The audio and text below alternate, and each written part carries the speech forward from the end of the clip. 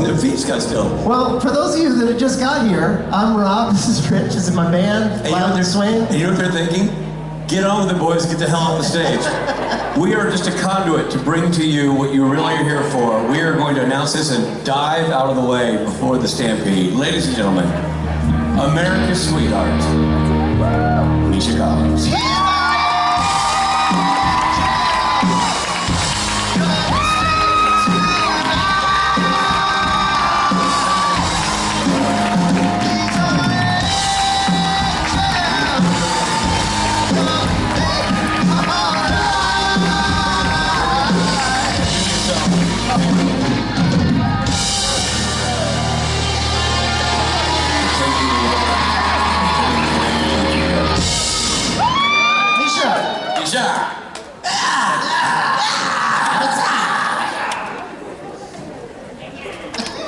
There was one woman who stood up. Yeah.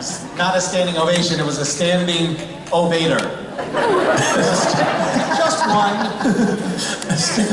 I got a standing ovator. She was standing to throw something at me and Rich to get us off stage.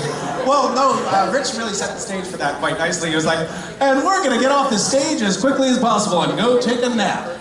Right? So your introduction was like, before you stampede us, read, we don't want adventure today. Well, here's the thing, because I know really when Rob and I come on to introduce you, they're like, blah, blah, blah, Rob and Rich, we want to see Misha, that's what we want. We're here for the quality, not the B, Rob and I are the B. Are we the C? B+. Well, I thought I was C-list. No. Not in this room. No. You're A quality, A minus. I don't think I'm talking out of school. I stick to that. I B+, A-, depending on what you wear. So what are we? What does that make us? B. C-ish. I mean, like, I think we're B-, C. But it's all on a curve. I studied hard. It's all pass fail. It's pass fail. That's true. It's all pass fail. Life is pass fail. You know what? Pass fail. We just elevated. Ladies and gentlemen, I was trying. See, you're doing it again. Okay. Trying to leave again. He wants to talk. He wants to talk. I had a meet and greet earlier and was reminiscing about. Someone said, "Are you going to record the next season of your podcast in Rich's closet?" Right. And I said yes. Of course. Because I know where you keep the keys. And contractually, you didn't let us move the chair or microphone, so I have to move around that every time I go change clothes. And was just thinking about how you wouldn't even know I was in there until you hear the sound from inside your closet. You're like, Misha, right. what are you doing? And then I started reminiscing about all of the cameras that you had around your house. Yes. And all of the video footage that you presumably still have. Yeah. What did you do with that? That's for daddy time. I like to have Misha changing again. Misha checking out his body parts he wants to work on in the full-length mirror that's also a camera. And that's just a Tuesday. Yeah. So that's just one room of the house. I'm going to do a whole Misha. For those of you who don't know what we're talking about, I stayed. Rich was in Oregon for with his family for a long stretch, and I stayed in his house, which is quite lovely, and wore his clothing and his which was quite undergarments, icky, and stayed in his bed, which was lovely. Yeah, I won't get into all of the details, but I also at some point about I sleep naked. And sometimes I get up and do things, and then come back to bed. like change a light bulb In front of the picture window. in front of the picture window. Or clean the entire house, or whatever, and Wherever the drugs lead you. And at some point, I had been there for about a week when I discovered, there's a Nest cam in virtually every room, and the power is on. Every room. And I know for a fact that Rich is sort of obsessive about his Nest footage. Very. So then of course I extrapolated that Daddy time had been happening. Yeah, Daddy was having his time. Well, I apologize for nothing. We go on the record as saying that. But also, when the family left, we left a secure environment. We did not know you'd be moving in. There was not part of the we were going and then we knew you were in. That happened while we were gone, and then you moved in. And let me tell you something. You're doing great in yoga. You're very flexible. I'm proud of you.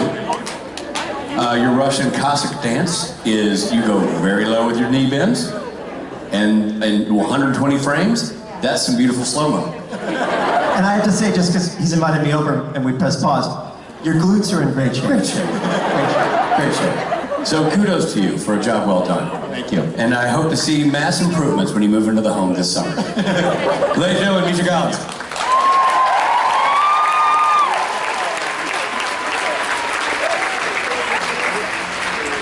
This is a full house. There's a lot of people here. The Supernatural fans are propagating, multiplying. Hi. It's nice to be back. Good to see you all. Hope I'm feeling better. Did you think I was not feeling well? Just because I had COVID? A bunch of people have said to me today, I hope you're feeling better. Reed, I hope you don't still have COVID while I'm hugging you in this photo. It's a funny dynamic now because everybody's like, can I hug you? Should I hug you? So, I am COVID-free. I know it's sort of a lottery moment for you, like, oh, yes, this is going to be a super spreader event, if not. I went to the upfronts because I am on a new television show that has been picked up.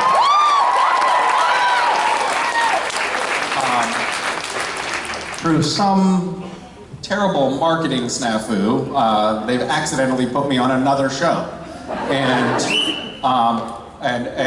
So we went to the upfronts, and Jared and Jensen were there. The CW, which is a network that there was a show that we were on in the past called Supernatural, that was also a CW show. And this year, the CW is going through some transitions, and they're truncating their new show lineup to just 3 new shows. One is Jensen's new show, one's Jared's, and one's mine.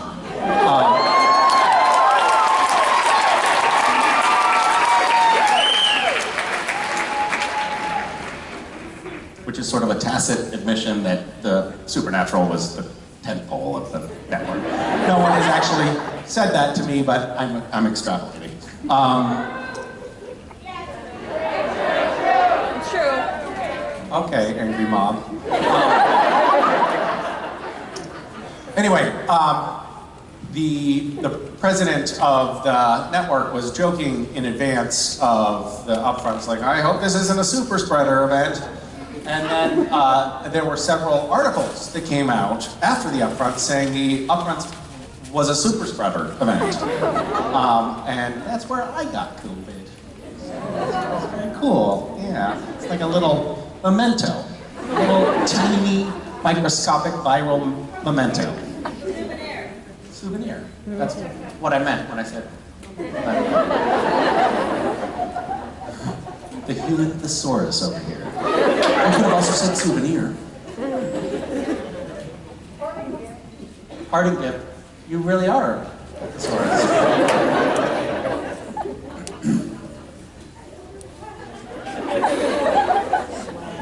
I spent 4 years of my life in Chicago.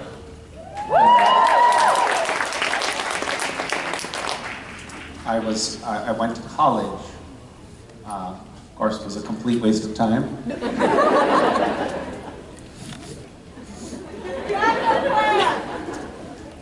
Rob's son is in the green room today, Calvin, and he is going to college in Chicago. And I sidebarred with him, and I was like, why are you doing this, man? It's not true. Can you imagine? Like, God, kids, don't go to school. Why doesn't anyone ever get up on stage and encourage children to skip out of school altogether? It wouldn't be popular, that's why. Hi, would you like to ask a question? Hi, I sure would.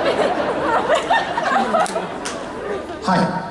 Hi. My question is about the new Gotham Knights and Supernatural. Like, what's the difference between the sets? Like, what do you miss from Supernatural? What do you like about the Gotham Knights set? Well,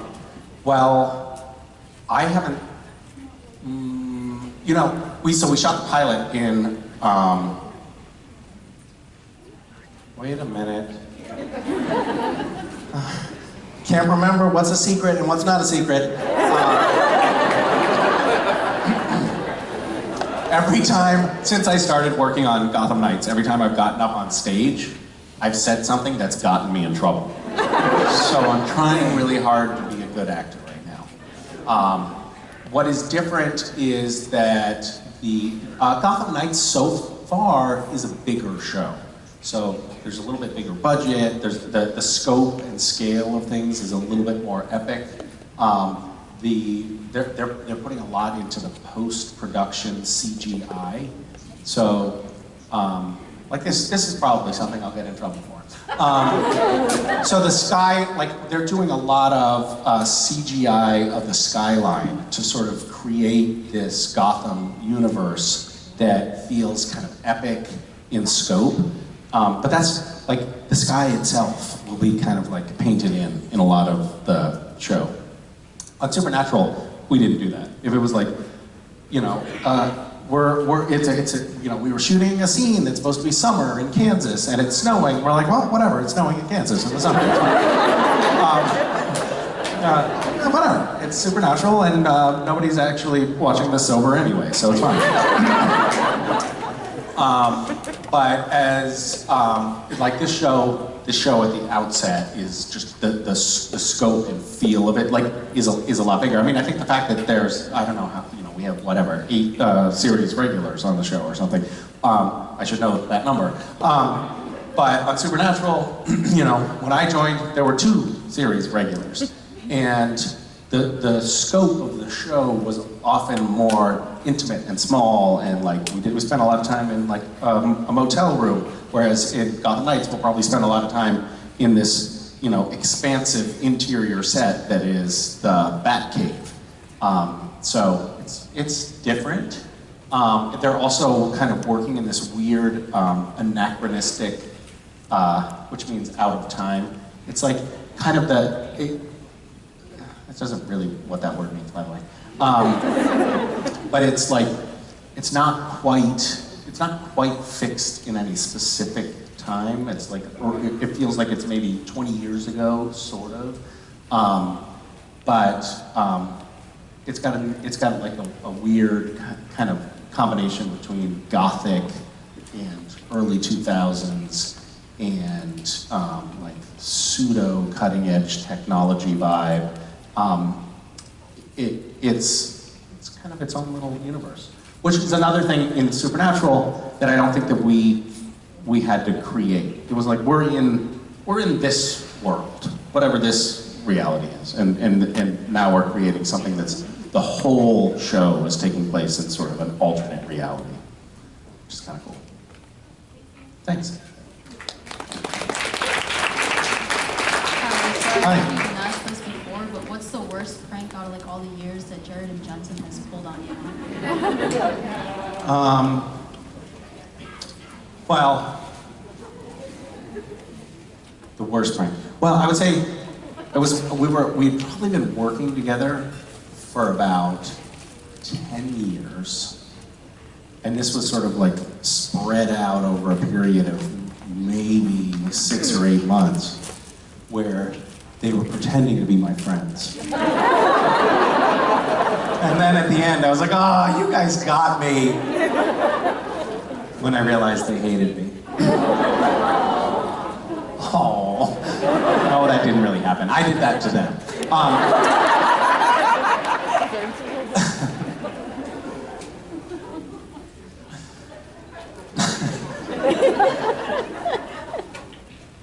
I don't know. It's really hard to quantify.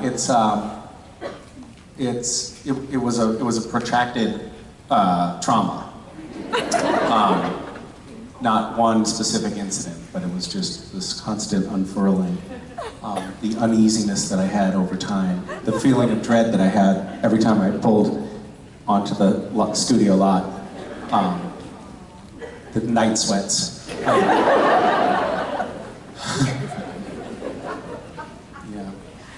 The group therapy that I ended up having to sign up for.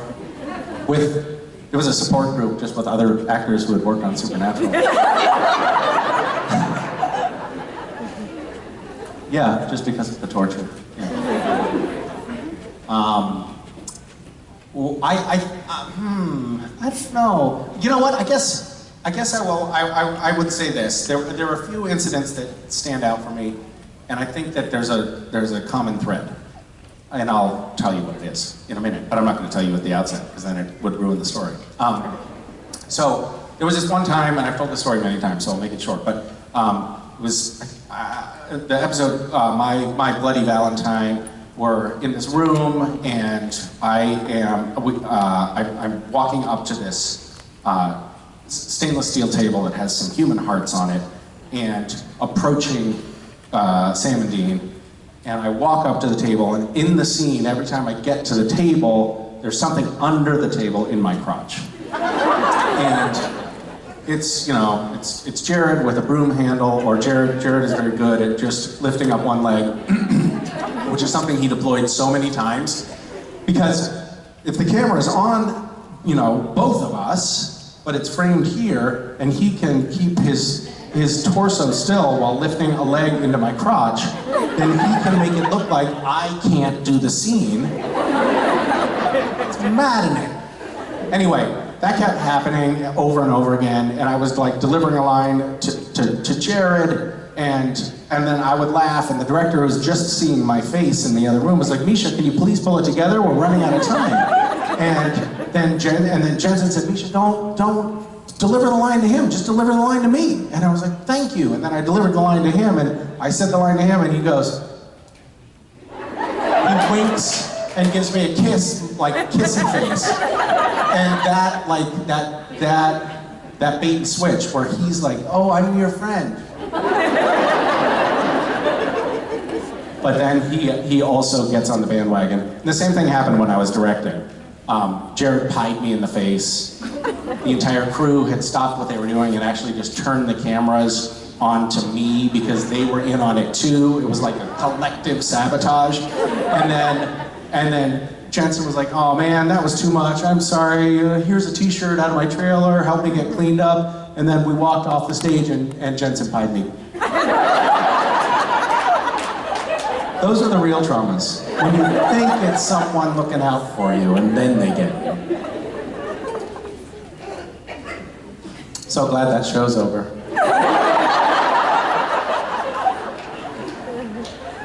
Hi. Hi, Misha. My name's Miriam from Toledo, Ohio. Hi. Thank you. I wanted to know, out of the 100% of questions you've ever been asked, what percentage have you actually answered? What percentage have you just told a story around? And what percentage are you just an ass? Well, I'm going to start with the last category first. That's 100.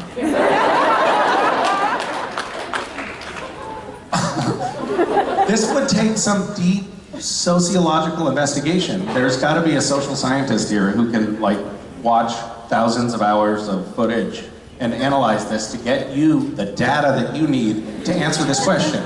Because it sounds important. Really important. I have reflected, because I spend a lot of time on stage, and I have gone home and I have reflected, Misha. So this falls into the telling a story percentage. Is this a story though? This is a gray area. I go home, it's like I'm a little bit in the abstract right now, right? Am I being an ass? Am I? Or are you? So then I thought, so I've gone home and I thought, you know what, Misha, you spend all this time, these poor people are in the audience, some of them paid good money. Who are the other people? The ones that paid bad money? And I should say something of meaning. something with real heart in it. But I would have to have a heart to do that, and that's not gonna happen. So now we're stuck in this terrible cycle of, why are you here? I'm sorry. Well, it's good though. It's nice to have an occasionally analytical question like that. Appreciate it. Did you say good luck? Oh, think about it. No. I won't. You will leave, and I will never think of it again. Hi. Hi, Misha. I'm Amber. Hi, Amber. I noticed watching the Gotham Knights trailer that your Harvey Dent voice sounds very similar to Cass. And so I was wondering if that was a choice that you made, or is it just kind of second nature for you to fall into that? And does it hurt your vocal cords still? You didn't really sound like Cass. It wasn't quite Cass. It did kind of, yeah. No, I disagree with you. I think you're lying.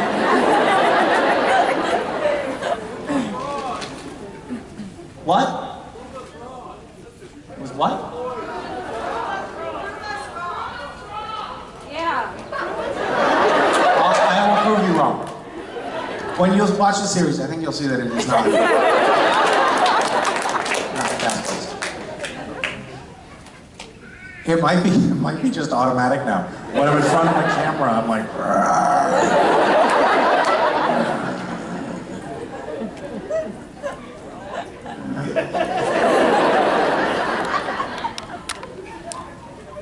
It's going to be significantly more stark on Gotham Knights too, because I'm with a young cast who have they still have vibrant, youthful vocal qualities. They have normal, high-pitched voices. On Supernatural, when I came on, I was like, "Rrr." And then Jensen was like, "Rrr."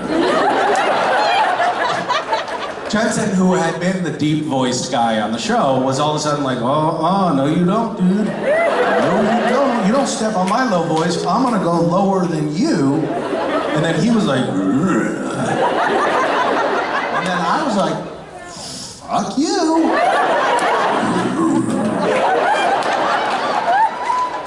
And then Mark Shepard came along and he's like, hello, boys. And he won, but we were always duking it out. And then Jared was like,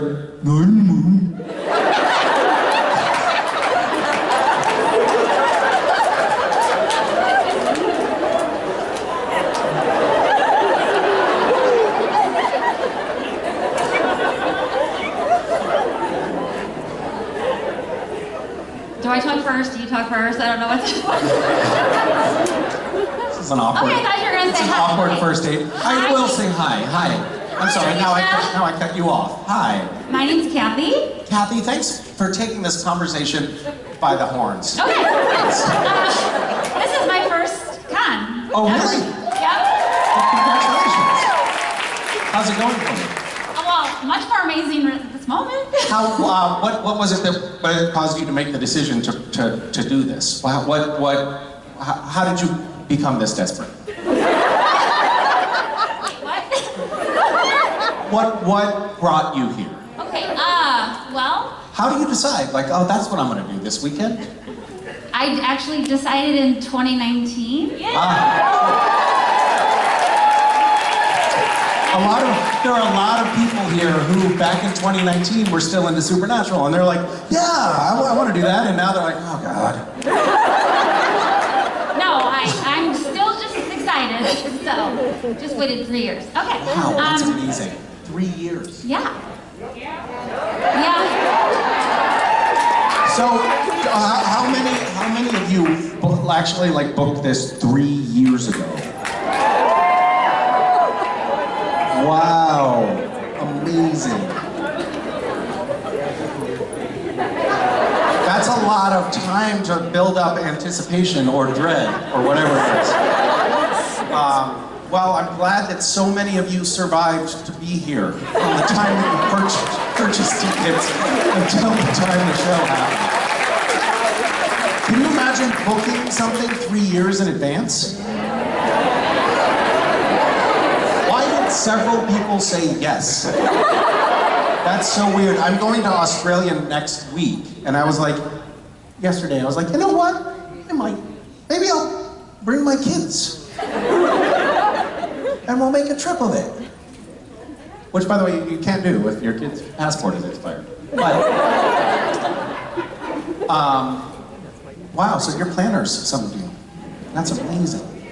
Yeah, not me, nope. I would love to move this along. Okay, Feels like we're small. You can keep going. Okay, what is your most useless talent? That's almost oxymoronic, isn't it? Because a talent almost no, that's not true. I have a lot of useless talents. My kids are at that age where they're like, oh, Dad, look, I can, curl my tongue or something like that. And I remember being younger and doing things like that and feeling like, isn't that awesome? Doesn't this make me unique and special? And that was up until I was about 35. But some of those things are, like, I can do this with my thumb, which I don't know if you can see from where you are, but it's like a little bit weird looking. Sorry, bad thing. Yeah, you're bending a finger, right? Yeah. Yeah, it's like that in that sort of genre. One of the things I used to do was wiggle my ears. But it turns out everyone can do that, and that's not cool. I can do this.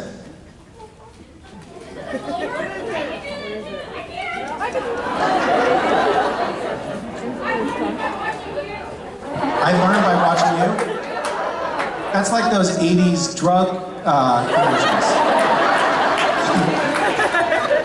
My kids are trying to learn how to do that too.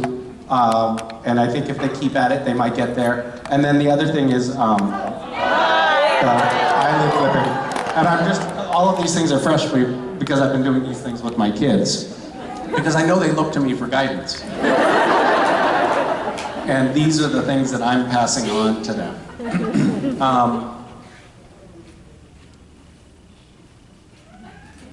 That's it. I mean, yeah. Good talk. What about you?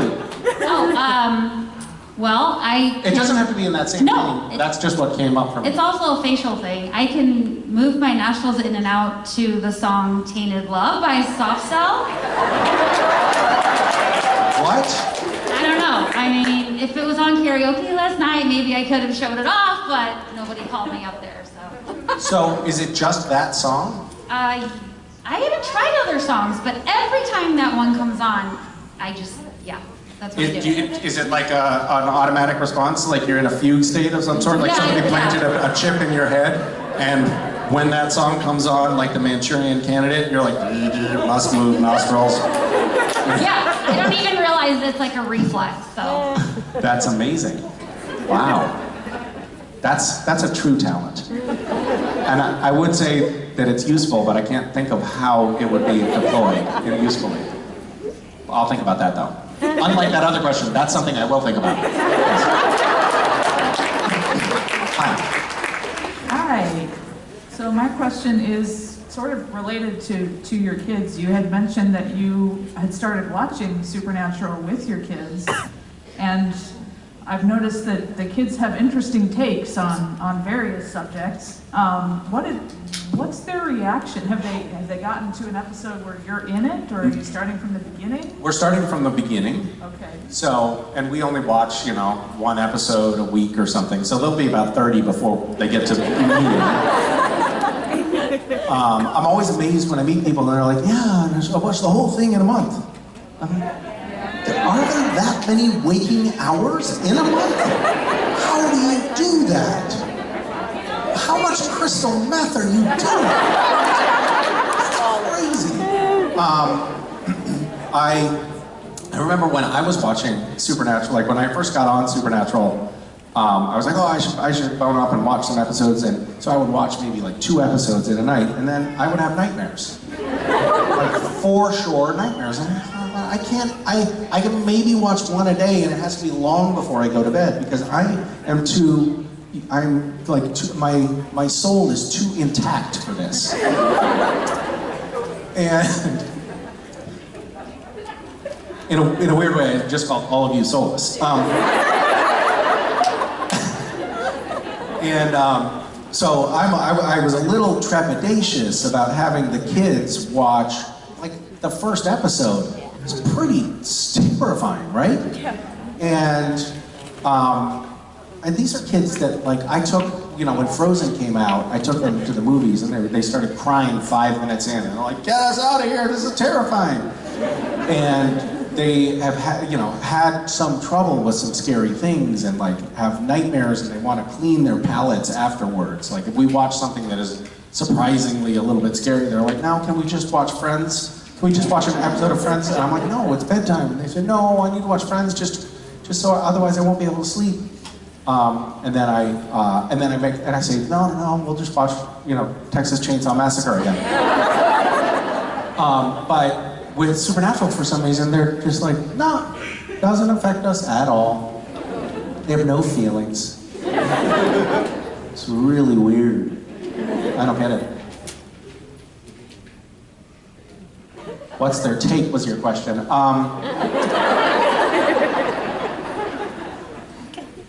You know, I'll be curious to see what their take is when we get to me on the screen, because that directly impacts my own egoic perception of the world. But I will tell you that I was very much on the fence about signing up for Gotham Knights. And it was just because I knew it was going to shoot out of state. We live in Southern California, and I was like, I don't know if I can like be filming where the kids aren't, and I'm not going to see them quite as much, and that's going to be too hard. And of course, I was very excited about the show, but I was like, ooh, but can I do that? And I talked to the kids, and I said, you know, there's this show, it's like Batman universe, it's, you know, the Harvey Dent is going to be Two-Face, and my son reads comic books, and Mason is into bats, and like really into bats, like obsessed with bats. There are bat posters all over her room. It's creepy. And so I told them, you know, what it was, and that I would be filming out of state, and they were like, oh, do it. And I was like, but kids, that means I'm not going to see you so much. And they were like, so? I do believe that I called them little shits.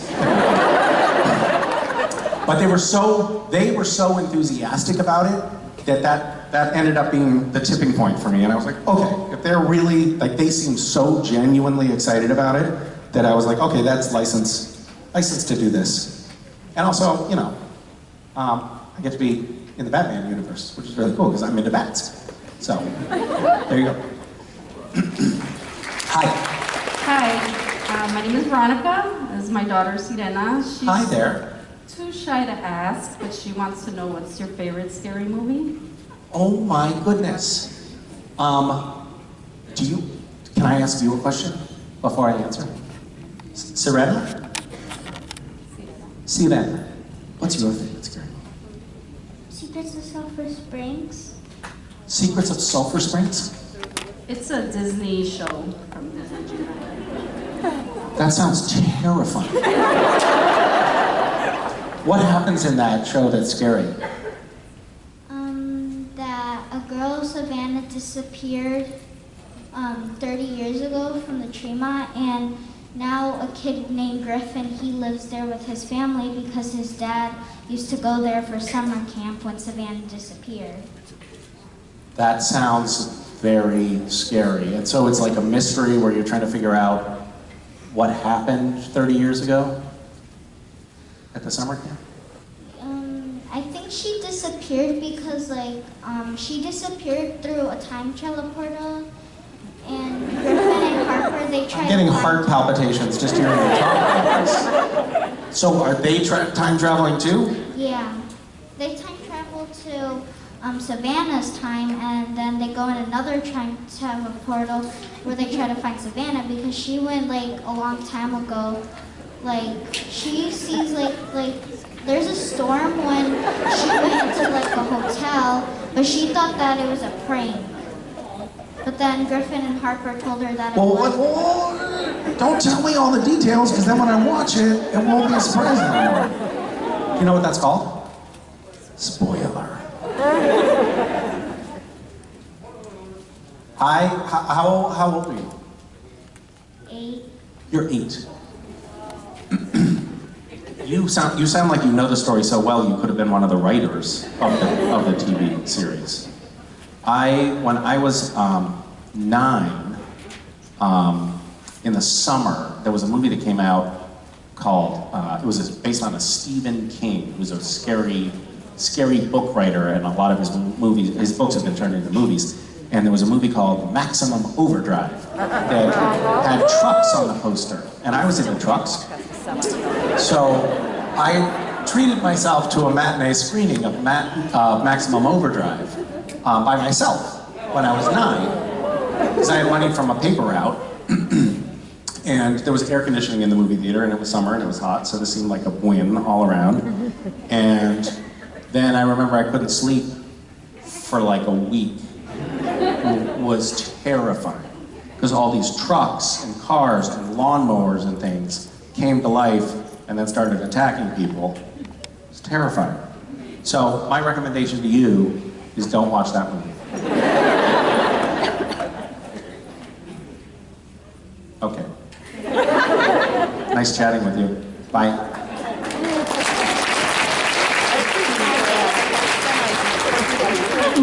Hi. So you mentioned earlier being the veteran on Gotham Knights with a younger cast, and coming off of Supernatural, which was a show that was pretty universally praised for having such a welcoming set environment and great place to work by guest stars and other cast members on the show. Do you feel kind of a obligation or an intention to? Yeah, I know.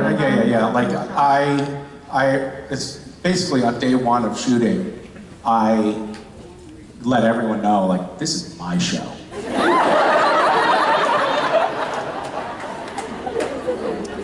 And I'm gonna do what I want, when I want to, and basically fuck y'all. I wanted to, it was important for me to set a tone, but I didn't want to be the exact same tone as Supernatural. I'm like, it has to have a little bit of a different feel. So that's what I'm going for. That's the vibe I'm going for on set. And I think everyone gets it. Like, they're not, necessarily immediately happy about it at the outset, but I think eventually I'll win out. We had, where Tom Welling had been on, he had been the star of Smallville, and when Supernatural started production in Vancouver, I think Smallville had been already on the air for a couple of years at that point, and Jared and Jensen, I just know this story by proxy, but Jared and Jensen went out to dinner with Tom, and Tom basically told them, you have to be the stewards of the culture of your show. You have to be good people, basically. You have to not be dicks. And that, of course, talk about, earlier we were talking about, what's in alignment with your character, obviously very much out of alignment with their characters. But, smattering of laughter, uncomfortable moment. But they took that mantle, and I think that it was interesting, Jared and Jensen have always been sort of competitive with one another, but I think that they were a little bit competitive about that particular point. Who's gonna set the better example on set? Who's gonna be the standout guy on set and set the tone? And it really worked. It was a welcoming environment. Guest stars always felt like they were welcomed into the fold. It wasn't one of those, the tone and tenor on a set when a star acts like a prima donna and casts lower, cast members or crew aside, or is unkind or is a dick, it's just so unpleasant to be around.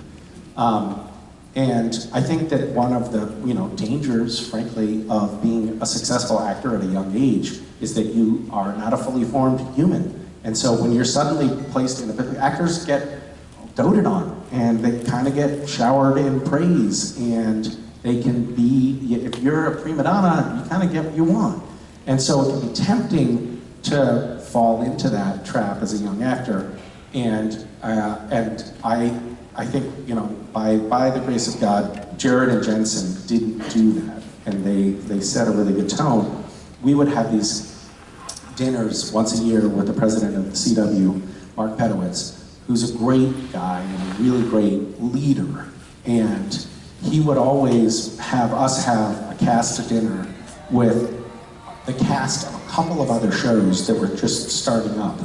And his intention was really like, hey, do what these guys are doing.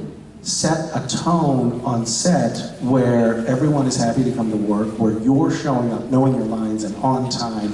And that really genuinely helps breathe longevity into a show. But he was like, he was actually trying to get us to ever so slightly mentor you know, upcoming casts. And I'm a little bit like, on set, I can be a little bit more of an introvert sometimes. Like I actually kind of want to go just like hide in my trailer a lot and read or something. But I am conscious of the fact that like, all right, I've been on sets a lot and I kind of understand how these dynamics work. So I am consciously trying to, I don't know, like help collectively mold an environment that will be good. We'll see, I don't know.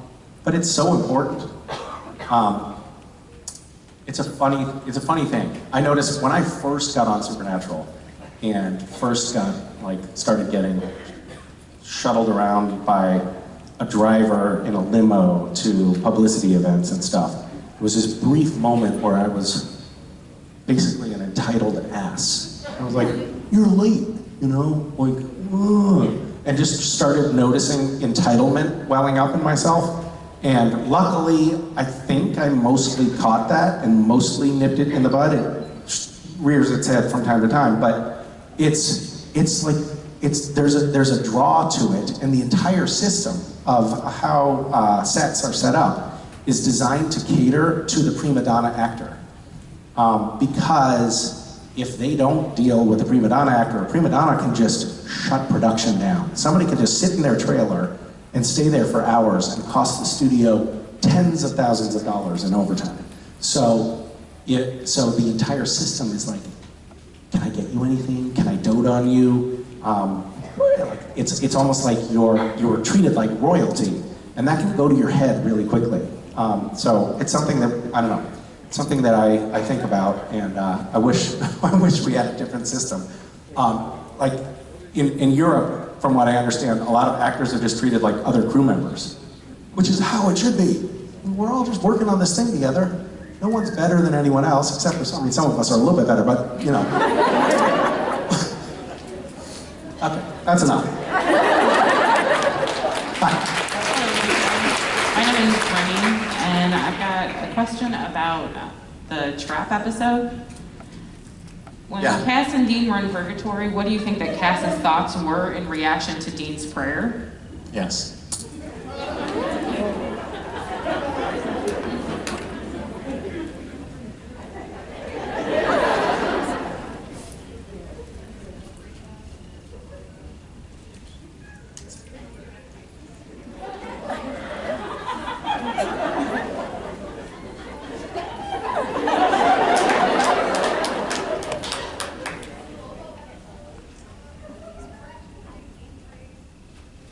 Yeah. What happened? Okay, so basically, Dean was really, really mad at you and blamed you for Mary's death, blah, blah, blah, and then you were all like, oh no, I'm leaving. And then the flowers. It's a spot on and you were in purgatory, and you guys got separated, and you were fighting the Leviathans while Dean was like, oh no, where's Cass? And then you were like, you should do episode recaps, by the way, because I would listen to that. So yeah, basically what happens is like Dean apologizes and prays and gives this whole like confession about, oh, I'm so sorry, you're my best friend, Cass. Never should have treated you that way, and cried about This would be, I'm telling you, it would be a hit, this podcast.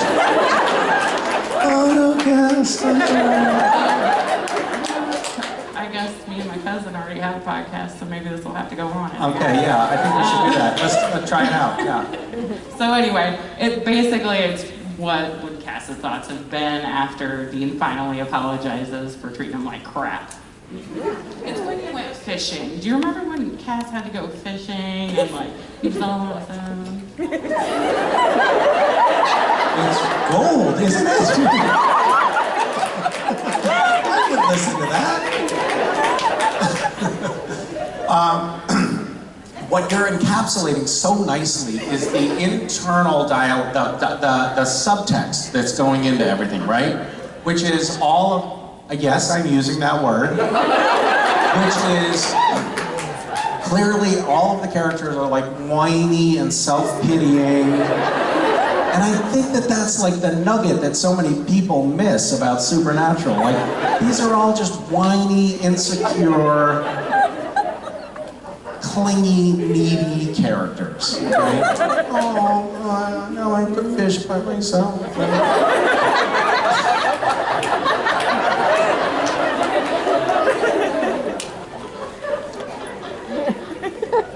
So what does Cass think? Well, I think more or less like, well, yeah, it's nice that you're finally apologizing. It would be nice to, like, maybe bring me some chocolate or something, like an actual token of affection instead of these empty words. Dick.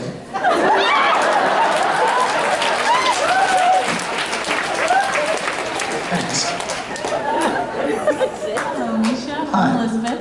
Hi, Elizabeth. So I am going to quickly shamelessly plug my cousin and my sister's podcast that she was asked you about. That's my cousin who was asked you about. How did that work out?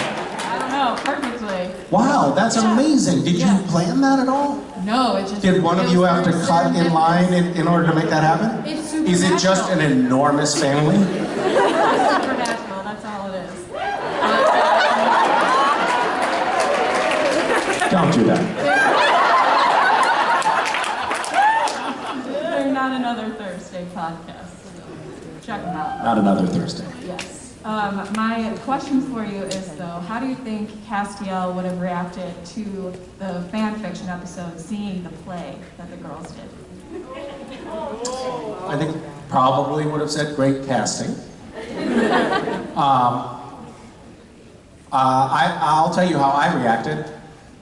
Why isn't the real Castiel in this episode?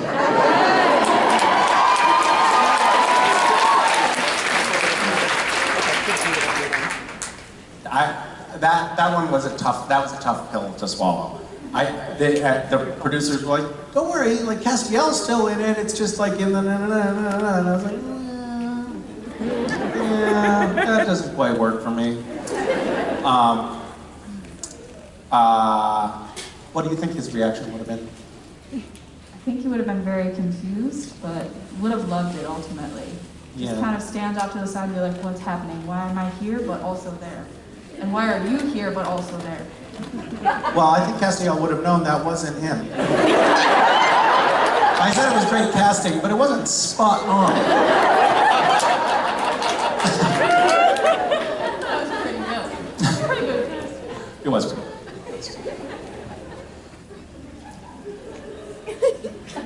What a fun thing that we got to do all of those crazy meta episodes where we had fan conventions, and it was so great. I wonder, do some of you sometimes feel like, oh, the casting of the fans at the fan convention wasn't great, I could have done better? Sometimes. Yeah. Well, for the Netflix reboot. Yeah. We should only cast real fans for the fan convention episode. Thank you. Hi. Hi, Misha. My name is Alex. Hi, Alex. Hi. Firstly, congrats on Gotham Knights. I know I absolutely can't wait to watch it. Thank you. My question for you is, there's a lot of darkness in the world right now, both at home and abroad. What brings you joy, and what are you most looking forward to personally and professionally this year? I am most looking forward professionally to filming Gotham Knights and the arc of my character. I'm really looking forward to seeing how that evolves. One of the things that I like most about working in television on a long arc is that you get to develop a character over time, and it'll be really cool. This particular character has some I know stuff that you don't know about the character. Sorry to lord that over you. But it's just it's a super cool backstory and a super cool evolution that we're gonna get to see. It's the kind of thing that, like, if someone was like, oh, you wanna do this like Batman show, and you were an actor, you'd say, I don't know. And then if the producers said, well, here's what's gonna happen with your character, you would say, oh yes, I definitely wanna do that. That sounds super cool. So it kind of, it almost feels like a once in a lifetime opportunity to do something really cool, so I'm excited about that professionally. And then personally,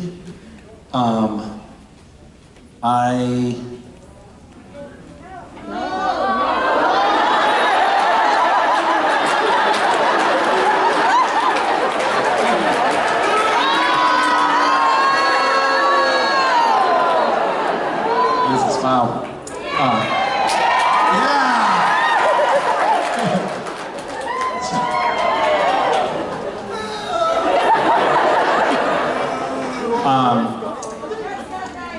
Hold on, sorry, I don't mean to interrupt, but is that Rob Benedict on stage? Boom! I love that I tried to cultivate this artifice, this faux persona of being like the kindness guy. Oh, yeah. And then as soon as you guys get up on stage, the Misha fans are like, thank you! Talk about exclusive. Yeah. I told you guys to love everything. Okay, we would love them. Devil! We're saving the kids, but fuck the band. There's your t-shirt, everybody. Misha, how's it been, man? Have they been hanging on every word? No, I lost them for long stretches. That's right. Yeah. I had to snap myself out of it. I couldn't remember what I was talking about on multiple occasions. Yeah. Excellent. You know what that's like. Oh, I do. I've had Are you excited about your new show? Yeah, well, just explaining that I was excited about it. Until I started asking? Yeah. Yeah. I've lost all enthusiasm for everything now that you're here. I feel like these people. Dead inside now. You know what somebody's described me like, I just feel like the world has been ripped from my hands and life as I know it has been stomped still. Like when the band takes the stage. It's that kind of feeling. The conventions, they make you feel so good about it. Like a melon baller has scooped out my soul. You mentioned our new record. Well, that was a nice image. A melon baller. It's not too much of your soul. There's no melon baller worth. You big melon ball person? Who's thinking about melon ballers? How did that come Well, how do you get your melons in tiny little edible balls? By hand? You use a baller. Oh, you're believe me. Don't get all high and mighty, mister. I make my own fruit leather. Let's not spray the rotator cuff. Now you know what we mean when we say Rich is a baller. Yeah, Rich is a total baller. A melon baller. I'm a melon baller, yo. I'm a melon baller, yo. Don't do it. Fruit salad. Fruit salad. Oh yeah, fruit salad.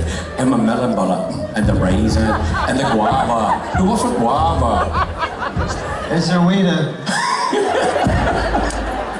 Ladies and gentlemen, Misha Collins!